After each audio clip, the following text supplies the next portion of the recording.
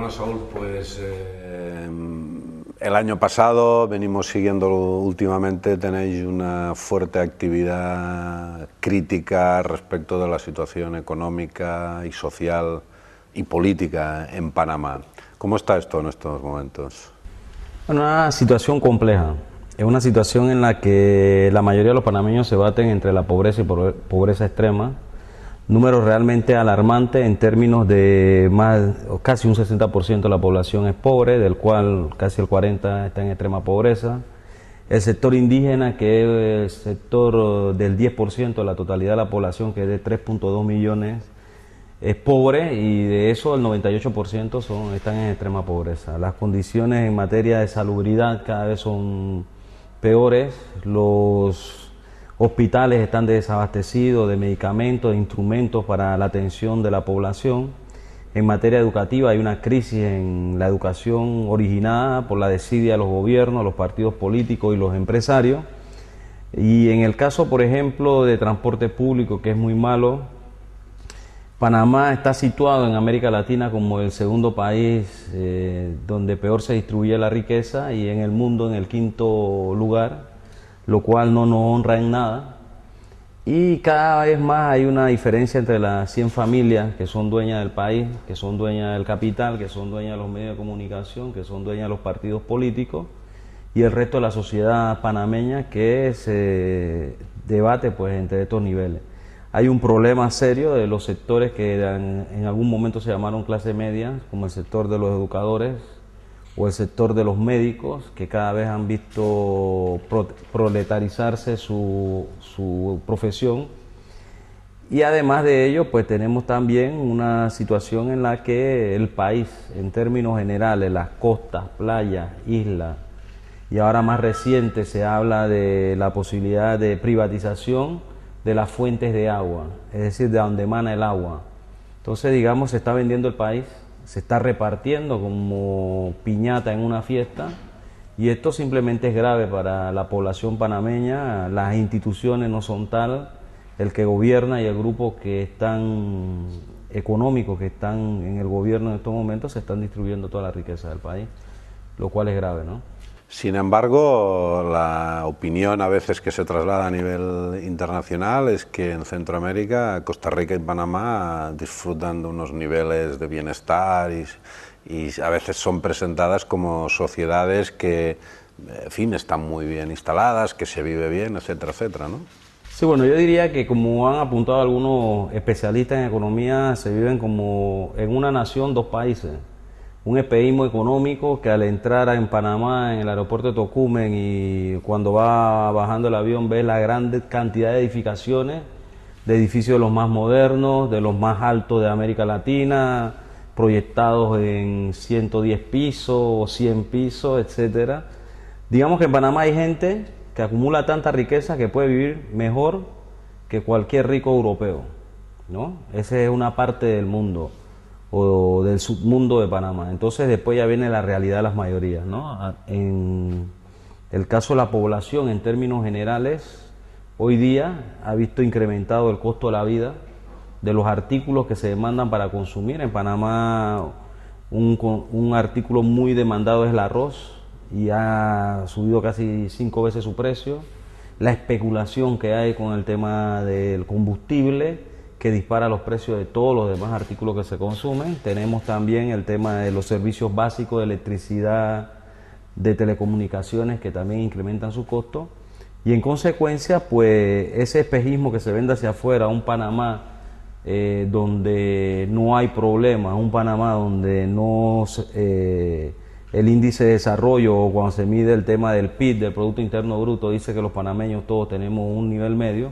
Simplemente detrás de esas cifras y de esos planteamientos se esconden realidades objetivas. Niños que van todavía en pleno siglo XXI, que han llamado siglo del desarrollo tecnológico, van descalzos a la escuela, escuelas que son ranchos, por ejemplo.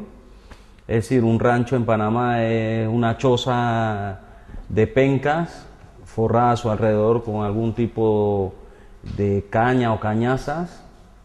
Entonces, hombre, Ese es el Panamá donde hay centros hospitalarios que son 4 paredes, pero no hay medicamentos ni hay personal que atiende sanitariamente a la gente. Entonces digamos que esa es la realidad que no se conoce Panamá y que es importante pues poderla decir en estos momentos, ¿no? Y el año pasado estuvimos comentando por ahí otro de los problemas que enfrentáis también como sindicato, como Suntrax, que son los accidentes laborales en vuestro sector, en el sector de la construcción. ¿Esto que ha seguido evolucionando en este año al mismo nivel? ¿Cómo está el nivel de siniestralidad laboral? A ver, proporcionalmente es muy alta. Y nosotros hemos aprendido en los últimos 2 años, hemos aprendido mucho en términos de poder calificar la siniestralidad laboral como accidentes de trabajo o enfermedades profesionales. La hemos separado, como ha estado separado toda la vida, de un delito tutelado en el Código Penal, que creo casi hay en todas las legislaciones penales, que se conoce como homicidio culposo. El homicidio culposo, conceptualmente hablando, es la torpeza, la negligencia o el incumplimiento de la ley que una persona puede incurrir en términos de hacer que otra muera. Y eso es lo que ha estado ocurriendo en Panamá. En Panamá las cifras son altas. El año pasado hubo 25 muertos en la industria de la construcción. El año antepasado las cifras eran de más de 30. Lo cierto es que hicimos un estudio que en los últimos 10 años hay aproximadamente casi 200 obreros de la construcción que han perdido la vida de la misma forma inescrupulosa por parte de los empresarios y su irresponsabilidad y las autoridades que definitivamente el gobierno actual de Martín Torrijos patrocina esta situación. El sindicato ha emprendido una dura batalla que ha desarrollado durante 20 meses consecutivos y que no hemos terminado hasta ahora, porque se legislara un decreto nuevo de seguridad en el trabajo para el área de la construcción, para que se ratificara el convenio 167 de la OIT que habla de seguridad en la construcción, para que además de ello se nombraran inspectores en las obras de construcción. Y en el marco de toda esta lucha, de toda esta batalla que ha librado el Suntra, hemos tenido no solo los muertos, que estamos exigiendo la responsabilidad penal de los empresarios por ello, sino que también hemos tenido el drama de que se ha introducido el sicariato y el asesinato.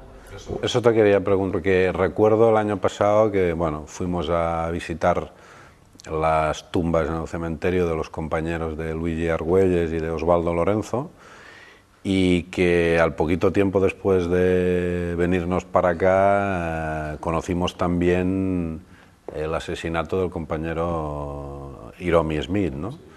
Esto, el sindicato, estáis sometidos a una persecución importante. ¿Cómo estáis sobreviviendo o defendiéndoos de eso? Es una política, digamos, practicada en América Latina durante toda la etapa esa de las dictaduras, y son aparatos que se han montado y que no se han desmontado en ningún momento, sino que sirve para perseguir al que se opone. Y en efecto hay 3 asesinatos en medio de esta lucha que estamos hablando. El compañero Osvaldo Lorenzo, que lo asesinaron sicarios que contrató la empresa transnacional Norberto Debrecht, que es brasilera. El caso de Luigi Argüelles, que lo asesinó el sargento Manuel Moreno de la Policía Nacional. Y el último caso de Hiromi Smith, que lo asesinó también un cabo de apellido Madrid, de un disparo por la espalda en el área de Colón el 12 de febrero. Entonces, con los asesinatos de Osvaldo y de Luigi, se develó ante el país la situación de que se introducía un nuevo mecanismo para resolver conflictos, y en especial conflicto con el Suntra, que era el asesinato, el sicariato y la persecución, el terrorismo de Estado y judicial. También recordar que en esos días se envió a un delincuente común con $500 y una pistola a la Procuraduría General de la Nación, y que me imputara a mí el hecho de que se lo había entregado. Eso te quería preguntar también, porque tú estuviste ahí imputado por la Corte Suprema durante un tiempo. ¿Cómo está esto ahora? ¿En qué situación lo tienes?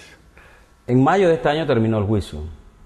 Es decir, yo estuve primero 2 meses de clandestinidad para evitar, porque la información que manejamos nosotros, la cual corroboramos antes del asesinato de Hiromi Smith, El día 11 de febrero de este año nosotros denunciábamos que teníamos información de que querían asesinar dirigentes de Suntra. El 12 asesinaron al Iromi Smith. Y todo esto que estamos narrando, lo que queríamos decir es que ya manejábamos información que lo que quería era asesinarse o asesinarme a mí. Entonces mandaron a este delincuente los $500, lo recibe la Procuradora General de la Nación, giran boletas de captura, bloque de búsqueda policial, de un hecho absolutamente falso, porque además dijo que le había pagado para que le disparara una marcha que nosotros habíamos organizado con nuestros compañeros de la construcción y el resto de la población panameña. Y eso nos obligó a clandestinizarnos 2 meses. Después nos sustituyeron la orden de detención por la de reportarme cada 15 días ante autoridad competente y me prohibieron salir del país.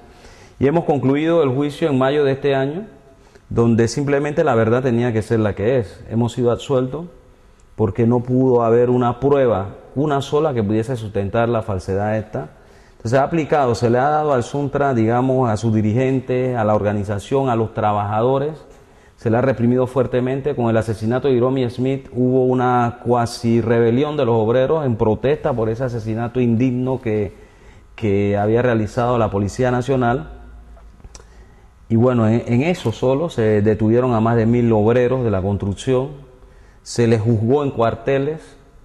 El juez se paró como quien se para en un escenario, en una asamblea general, que tú y yo sabemos qué significa eso, y le dijo a todos los trabajadores: están sancionados con 160 días de multa, que se conmutan a plata, a dólares, y bueno, el Suntra tuvo que sacar de su cuota sindical para poder pagar las multas a los trabajadores para que pudieran recuperar su libertad. Y hay una política muy grande de crear sindicatos amarillos controlados por el gobierno o la patronal para tratar de dividir la unidad de los trabajadores de la construcción en Panamá, lo cual afortunadamente los trabajadores entendemos muy bien y no hemos permitido. Pero digamos que el caso de Suntra, el caso de Frenadeso, pero con mayor saña el caso de Suntra, se está aplicando una política sistemática de tratar de liquidar la organización, pues por las posiciones que tiene en torno a la defensa.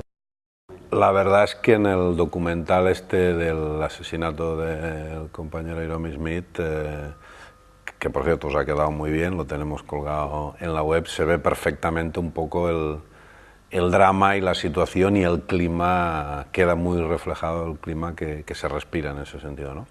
Pero yo quería también preguntarte sobre Frenadeso, ¿no? Que es ese frente un poco de combate y de lucha social que aglutina distintos sectores de trabajadores, de enseñantes, de gente joven, de campesinos, un poco para poner en contradicción y en crisis el discurso oficial del gobierno. Y, ¿hasta qué punto? ¿Cómo está funcionando como instrumento un poco de presión y de cambio y de condicionar las políticas del gobierno?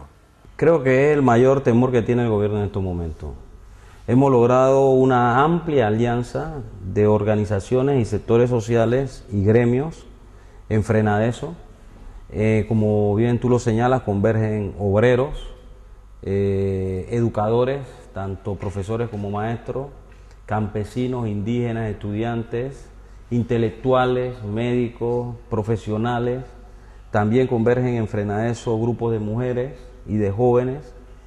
Y digamos que esa expresión que en la historia de la vida republicana no había existido y existe hoy, es lo que el gobierno y la clase dominante en Panamá le tienen miedo, porque tenemos un planteamiento distinto, porque hacemos propuestas distintas, porque creemos que el país no es pobre, el país tiene riqueza suficiente como para que las condiciones económicas y sociales de la mayoría puedan ser atendidas, y especialmente las fundamentales de educación, de vivienda, de salud, de trabajo. Entonces este frente como herramienta se ha ido posesionando muy bien dentro de la sociedad panameña, y digamos que está en franco crecimiento.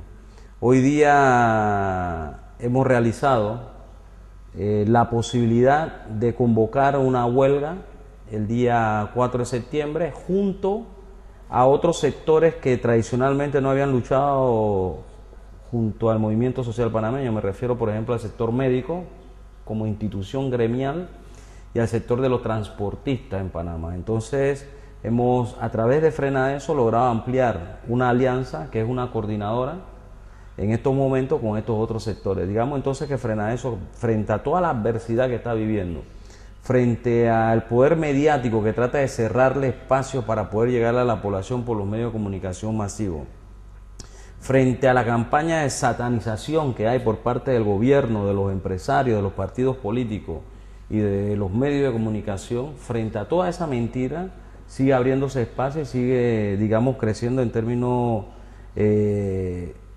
cualitativos y cuantitativos, de manera tal que creemos que seguimos dando un aporte importante en la lucha que estamos llevando adelante.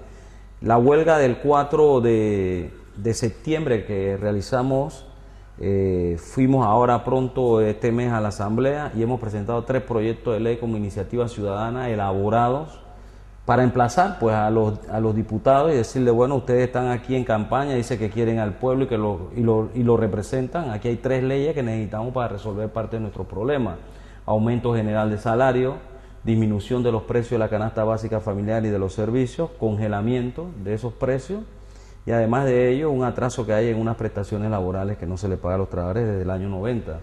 Entonces hemos hecho esta parte también y sentimos que, bueno, dentro de nuestra, por decirlo de alguna forma, precariedad en términos de las cosas que se necesitan para poder dar toda esta batalla, hemos seguido desarrollando con un norte claro hacia dónde queremos caminar. Y digamos, hay 2 tesis fundamentales que en este momento estamos desarrollando también desde Frena Eso. Después de su congreso constitutivo que se hizo en abril del año pasado, hemos planteado el tema de construir poder popular, construir un nuevo poder que significa organizar a la gente, es decir, organizarnos más en los sindicatos con conciencia de qué es el sindicato y para qué sirve, organizarnos más a nivel docente, campesino, indígena, es decir, tratar de ir organizando más la sociedad panameña, educándola políticamente, llevándola a exigir sus necesidades fundamentales, y también hemos planteado la tesis de que hace falta refundar el país. Tiene que haber una nueva constitución, tienen que haber nuevas leyes, tiene que haber nuevas reglas del juego que nos permitan realmente democratizarlo. Y para ello hemos planteado la necesidad de una constituyente originaria, autoconvocada por el pueblo, discurso que no le gusta obviamente a la élite y a la clase dominante, pero que es la potestad de la población podérsela dar. Nosotros partimos de la tesis de que si el pueblo es soberano, el pueblo puede decidir por sí mismo y sin pedirle permiso a nadie, ni al órgano ejecutivo, ni al órgano judicial, ni al órgano legislativo, permiso para darse una nueva forma. Obviamente que esto sí y solo sí, si logramos acumular la fuerza suficiente, la conciencia política de la mayoría del pueblo panameño para que se encamine en esta dirección y en esta lucha, lo cual yo creo que es perfectamente viable en términos fundamentalmente de las condiciones objetivas que se están viviendo en Panamá. Y sentimos que hay, y no solo lo sentimos, se reflejan también en consultas que se hacen a través de encuestas en la que la población no siente realmente que los políticos lo representan. Hay una apatía de la misma a participar en términos de los partidos políticos tradicionales que están allí. Entonces, hombre, debe resurgir algo nuevo que nos permita construir un Panamá más justo, ¿no? Muy bien. Vosotros, en otro orden de cosas, participáis también en un instrumento que se llama la Plataforma Sindical Común Centroamericana, junto con otras organizaciones sindicales centroamericanas, y con la colaboración o la participación de las fundaciones de UGT y de la Coma Posada y de Pau y Solidaridad de Comisiones. ¿Cómo estáis viendo el proceso estos últimos años de la PSCC? Primero, hombre, agradecer esa posibilidad que tanto los sindicatos de aquí, UGT y Comisiones Obreras y sus fundaciones, hayan dirigido, ¿no?, este apoyo hacia Centroamérica. Yo creo que este instrumento ha servido de mucho a las organizaciones que participan en el mismo, ¿no? Mayoritariamente organizaciones sindicales, pero también organizaciones sociales. Y en el tema sindical propiamente dicho, creo que ha logrado construirse un espacio que el resto de las organizaciones sindicales de América e inclusive mundial no lo tenían construido. En algún momento hubo un instrumento construido por cada una de las internacionales. Pero eso, bueno, como que se debilitó mucho con todas las cosas que se ha vivido en el sindicalismo. Y la Plataforma Sindical Común Centroamericana es un espacio construido, es un espacio que tiene presencia real y efectiva, es un espacio que ha servido de orientación, de solidaridad, de alguna manera enfrentar las cosas comunes que había que ver, por ejemplo, el Tratado de Libre Comercio con Estados Unidos, o ahora se empieza a hablar de la posibilidad del mismo tratado con Europa, y todo eso va abriendo agenda para que la gente pueda discutir, analizar, sentar posiciones, hablar y llegar a puntos de encuentro. Entonces a mí me parece que el esfuerzo ha sido muy válido, es muy bueno, funciona, que es lo importante, democrático, hay ahí pensamiento de toda índole, como es normal que hayan en los sindicatos, y creemos que el esfuerzo que ustedes han hecho desde aquí es muy valioso. Debemos catalogarlo así como un esfuerzo que ha valido la pena y que ha ayudado a abrir otras posibilidades también, ¿no? Que en mi caso y en nombre de las organizaciones a las que yo represento, pues no podría más que agradecerle todas las gestiones que han hecho aquí ustedes, tú en especial, Jaume, bueno, todo el equipo de ustedes que están aquí, seguramente la estructura misma formal de la UGT, igual que en comisiones, y me parece que sigue siendo válido el espacio y que hay que apostar a ese espacio como un espacio que en el desarrollo de un proceso, digamos, se encamina a consolidarse, ¿no? Y me parece bueno el espacio, y para nosotros ha sido una ventana por todas las particularidades que tú y yo conocemos de qué significa Panamá, que fue lo primero que preguntaste, el tema de que no está en la lista de países prioritarios de cooperación con Europa, por ejemplo, y bueno, todas estas cosas se van rompiendo, esos mitos.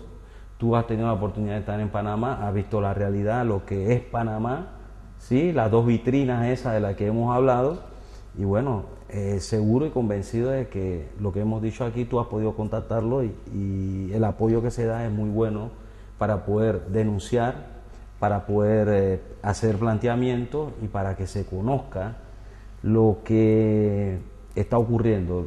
Un mínimo común denominador que he encontrado aquí en Europa los pocos días que he estado es que cuando hablo de estos temas o presento el video de Iromi, lo primero que dice la gente es: no tenemos la menor idea de que esto estaba pasando, esto no llega aquí como información, Panamá si acaso se sabe que es el canal, y hasta ahí, ¿no? Entonces, bueno, creo que ese esfuerzo y esa vitrina y esa posibilidad que se abren y que ustedes facilitan es bueno para nosotros, y lo valoramos mucho, al igual que para el resto estoy seguro, de las organizaciones de Centroamérica que están en la Plataforma Sindical Común Centroamericana, ¿no? En ese también orden de cosas, un poco más de instrumentos generales, sabes que hace pocos meses se configuró, hace un par de años, vaya, la Confederación Sindical Internacional, que también ha empezado a desarrollar su proceso de las Américas. ¿Cómo lo estáis viendo esto desde Suntrax, desde Fernández en Panamá? ¿Qué análisis tenéis? Como un instrumento que en principio nace no solamente para fortalecer el movimiento sindical mundial, sino también para aparentemente poderle hacer frente a esa globalización descontrolada, ¿no? Claro. Bueno, lo primero es que es un esfuerzo, a mi juicio, valioso. Algo entendemos de todo el contexto internacional del movimiento sindical y los pedazos en los que se ha fraccionado las distintas centrales obreras y demás. Y digamos que el caso de la Central Sindical Internacional ha ayudado un tanto a ir acortando esa distancia, ¿no? Una parte de ese fraccionamiento se ha logrado coalicionar. Igual ocurrió con la Central Sindical de las Américas, que hizo el Congreso justamente en Panamá, y debo decirlo, y decirlo con toda vehemencia, ahí el compañero Víctor Báez nos permitió poder denunciar los asesinatos y las persecuciones a las que estábamos siendo objeto, y creo que eso ha sido muy positivo, ¿no? Muy positivo, porque se permite denunciar lo que ese mundo sindical no conoce que ocurría en Panamá. Entonces yo creo que esos espacios, que son espacios en el que se va construyendo, en el que se van saldando procesos históricos, creo que son positivos. Obviamente, y tengo también que decirlo con toda sinceridad, como en todas las organizaciones, en esos procesos habrá que haber los debates necesarios, los contrapuntos ideológicos, las incidencias que hay de carácter político, los manejos que tienen que haber en el concierto, querámoslo o no, de las naciones de cada uno de los que nosotros representamos, de nuestro movimiento sindical con sus distintas debilidades, fortalezas. Pero a mí me parece muy interesante el esfuerzo y creo que va marcando el camino, ¿no? De hecho, solo al entrar aquí, me comentaba el nacimiento de la UGT y cómo participaba la UGT en la primera internacional. Y al final creo que todos los trabajadores, lo que al margen de nuestras diferencias ideológicas y políticas, deberíamos aspirar a tener una sola central internacional donde podamos tener todos nuestros debates y todas nuestras posibilidades, ¿no?, de análisis y discusión. Entonces, como que bueno, vamos saldando etapas del desarrollo de la vida histórica del sindicalismo, lo cual hay que verlo de forma positiva y hay que verlo, a mi juicio, también de una forma dialéctica, es decir, verla como un proceso sin que sean las voluntades individuales las que a veces quisiéramos que fueran, sino bueno, entender que es un proceso que cabe todo el mundo, que hay cosas por saldar y bueno, todavía quedaría pendiente la agenda con el resto del movimiento obrero a nivel internacional a ver qué más se puede hacer juntos, ¿no? Me parece bien el esfuerzo. Muy bien, y todo este crack que estamos viviendo del capitalismo salvaje, todo ese hundimiento y esa crisis, bueno, iniciada en Estados Unidos, pero que por lo que ya estamos viendo ha contaminado a muchos otros países del mundo. Parece que no estábamos tan desencaminados, ¿no? Cuando decíamos que a esta globalización había que ponerle control y freno, que esto era algo que no era algo por sí mismo positivo, sino que tenía efectos muy negativos, ¿no? Entonces parece que ahora, como decía el otro día un compañero, dice, esto es el mundo al revés, ¿no? Parece que se está haciendo desde Estados Unidos y otros países socialismo para ricos, privatizando beneficios y socializando pérdidas, y por otro lado parece ser que China está comprando bancos americanos, ¿no? No sé si capitalismo para pobres por el otro lado, pero ¿cómo estáis viendo también todo este fenómeno? Bueno, creo que lo que está ocurriendo reafirma en la práctica social, porque aquí el tema, la teoría y la práctica, cómo se combinan. Creo que el mundo está viviendo lo que hace muchos años ya se había vaticinado y lo que viene ocurriendo de forma cíclica con el sistema en su entorno completo, ¿no? Me refiero al sistema capitalista. Esta no es la primera crisis, pero es una de las crisis que podría originar lo que nunca hemos visto en la humanidad. Significa que si llegásemos al punto de la mayor profundización de la misma, puede ser que empiecen a ocurrir cosas que no hemos vivido los seres humanos en el planeta. Y eso hay que tenerle mucho ojo y hay que ver cómo se enfrenta también. Lo que está ocurriendo en Estados Unidos, fundamentalmente, que ha generado toda esta... Y bueno, no solo en Estados Unidos, porque también está ocurriendo en Europa, está ocurriendo en Asia y está ocurriendo en todo el mundo que digamos hoy es preponderante en términos económicos, puede conllevar a nuestro juicio un desdoble de la situación mundial desde el punto de vista económico, pero puede generar una crisis de todos los países que habría que ver cómo paliar esta situación que se está generando. Ya vivimos en crisis. El modelo que se aplicó salvajemente, la globalización no liberal, ha dejado a cientos de millones y miles de seres humanos excluidos, miserables, Solamente hay que ir y levantar la mirada a África, o llevar la mirada a América Latina, o para no hablar ni de África ni de América Latina, llevémoslos a Panamá. 40 niños murieron porque no habían medicamentos indígenas en una zona campesina, indígena. Hace poco más de un año hay personas que mueren envenenadas porque la entidad de seguridad social repartió veneno en vez de medicamentos.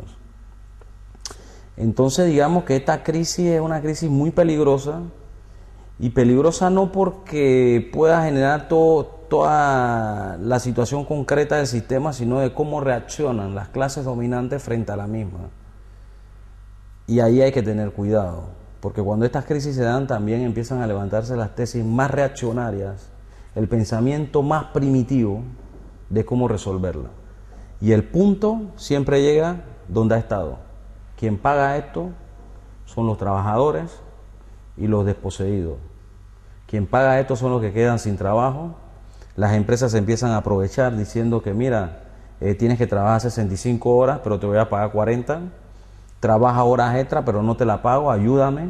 Y resulta ser que se empiezan a cometer toda una serie de abusos, por poner el ejemplo del mundo laboral, pero también a nivel social, político y económico empiezan todo este tipo de abusos contra la población en términos generales. Entonces yo diría que hay que tenerle mucho ojo a lo que está ocurriendo, y también tratar de ver cómo incidimos en lo que está ocurriendo, porque obviamente no podemos nosotros incidir en Wall Street ni en el Fondo Monetario Internacional y demás, pero al final todas esas políticas que se discuten allá llegan aquí donde sí nosotros tenemos voz, donde tenemos acción, donde somos parte de todo, del todo, y tenemos mucho que aportar. Entonces yo creo que sí, en ese sentido hay que estar preparado para lo que viene, porque parece que esto apenas empieza, se ha empezado. Es como esos movimientos telúricos que hacen su primera movimiento, y bueno, hasta que llega la... Parece pues que en ese sentido, como decíamos antes, el internacionalismo, por ejemplo, del movimiento sindical, no solamente es que está vigente o que sigue vigente, sino que es más necesario que nunca, ¿no?, para hacer de contrapeso y un poco de equilibrio frente a ese modelo de globalización, ¿no? No sé si eso también va a afectar a las organizaciones sindicales, y tendremos que cambiar también un poco, ¿no?, para a lo mejor dar más poder de representación a un nivel de organización más de carácter mundial, ¿no? Supongo que nos puede afectar también, ¿no?, porque da la sensación que tenemos problemas globales, que empezamos a tener a través de la Confederación Sindical Internacional un instrumento general, pero parece también que la capacidad de decisión la tenemos en el ámbito global o en las naciones, ¿no? Claro. Sí, yo creo que es la conjugación del todo. Es la conjugación mundial, es la conjugación regional, es la conjugación particular, y en ese todo y en la combinación del todo, entonces hay líneas de acciones, ¿no?, a seguir. Pues a nivel territorial tendremos que hacer algo, y en el espacio de la plataforma tendremos que decir algo, y en el espacio que pueda haber de coordinación con los compañeros de la Central Sindical de las Américas se dirá algo, y a nivel internacional las organizaciones se dirán. Digamos que se combinan todos los espacios, y como tú dices, entonces la tesis de ese internacionalismo del proletariado toma mayor vigencia, ¿no? Y bueno, tendremos que adecuarnos también a lo que vamos a vivir, porque pienso que si se generara una situación así muy de crisis, entonces nos obligaría a pensar más cómo aportar para salir de ella, ¿no? Felipe González decía hace unos días aquí en Barcelona, hablando de la dimensión política, ¿no?, situaba la falta de liderazgo político a nivel global, a nivel general, ¿no? Decía, es que el problema es que hay necesidad y hay organismos que aparentemente tienen nivel global, pero el poder es local, no tienen poder, el poder lo tienen los locales, ¿no? Y supongo que ahí bueno, pues puede haber ahí dificultades para situar interlocutores, cosa que, por ejemplo, pues probablemente las grandes multinacionales ese tipo de problemas no lo tienen. El poder son ellos, los que imponen, los que dan la plata, los que dicen cómo, después se distribuyen nuestros mercados, hacen... Sí, porque al final eso es lo que es la globalización neoliberal, ¿no? Y bueno, la crisis hay que verla como el elemento, cómo se genera ella misma, ¿no? Porque esta contradicción que está ocurriendo no es producto de la casualidad, es precisamente la forma esta en la que se ha estado produciendo y acumulando, lo cual ha dejado a mucha gente de lado. Y bueno, el desdoblez se da precisamente cuando las fuerzas productivas se paran. ¿Cómo explicamos, por ejemplo, que el mundo tiene capacidad de producir cientos de miles de millones de pares de zapatos y que hayan niños que vayan a la escuela sin zapatos? En nuestros países, por ejemplo, en Panamá, en Centroamérica, en Sudamérica o en África. Dicen que el capitalismo es el mejor sistema redistributivo, ya se ve que no, en estos ejemplos. Eso es cuando el espejismo económico de bonanza se presenta y aunque no tenga nada alguien piensa que algún día va a llegar a tener. Pero cuando la cosa empieza a funcionar como ya fue estudiada, entonces resulta que no. Entonces, bueno, ¿hacia dónde vamos? Sería la pregunta. Muy bien. Lo dejamos aquí, es una buena pregunta, saber hacia dónde vamos. Yo creo que eso lo tendremos que ir viendo y analizando en el futuro. En fin, encantados de tenerte aquí y poder charlar un rato contigo y hasta la próxima. Listo. Agradecerte la oportunidad una vez más, hacerlo extensivo a través de este medio y a todos los compañeros de la UGT, y definitivamente pues que esperamos que no sea la primera ni la última y que podamos seguir en este intercambio y esperarlos en Panamá, recibirlos ahí con los brazos abiertos y que bueno, podamos seguir intercambiando esta experiencia, ¿no?